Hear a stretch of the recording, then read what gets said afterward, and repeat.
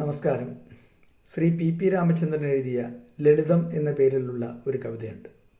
വളരെ ചെറിയൊരു കവിതയാണ്. നിങ്ങളിൽ പലരും അത് വായിച്ചിട്ടുണ്ടാവും.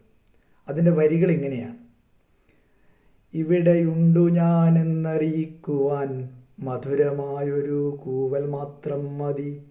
ഇവിടെയുണ്ടായിരുന്നു ഞാനെന്നതിനൊരു വെറും തൂവൽ താഴെയിട്ടാൽ മതി. ഇനിയുമുണ്ടാകുമെന്നതിൻ സാക്ഷ്യമായി അടയിരുന്നതിൻ ചൂടു മാത്രം മതി.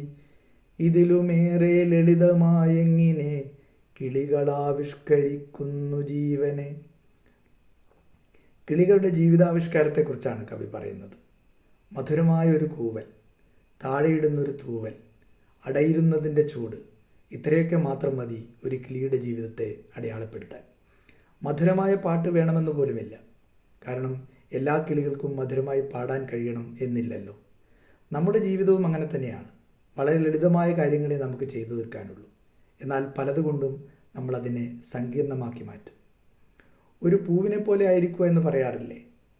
ഒരു പൂവിൻ്റെ ജീവിതചക്രം നമുക്കെല്ലാവർക്കും അറിയാം. അത് വിടർന്ന് വികസിച്ച് ചുറ്റിലും സുഗന്ധം പരത്തി വണ്ടുകൾക്കും പൂമ്പാറ്റകൾക്കും തേനീച്ചകൾക്കും തേൻ പകർന്നു നൽകി തനിയെ കൊഴിഞ്ഞില്ലാതാകുന്നു.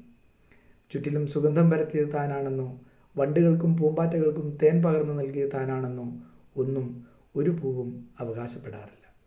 എന്നാൽ നമ്മുടെ കാര്യം നേരെ മറിച്ചാണ്. നമ്മളൊരു കാര്യം ചെയ്യുമ്പോൾ അത് മറ്റുള്ളവർ അംഗീകരിക്കണമെന്നും അഭിനന്ദിക്കണമെന്നും നമ്മൾ പ്രതീക്ഷിക്കുന്നു.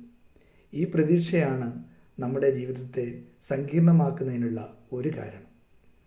ഒരു പൂവിനെ പോലെ, ഒരു കിളിയെപ്പോലെ സഹജമായ കർമ്മങ്ങൾ ചെയ്തുകൊണ്ട് ലളിതമായി മുന്നോട്ട് പോയാൽ നമ്മുടെ ജീവിതവും ധന്യമായി തീരും.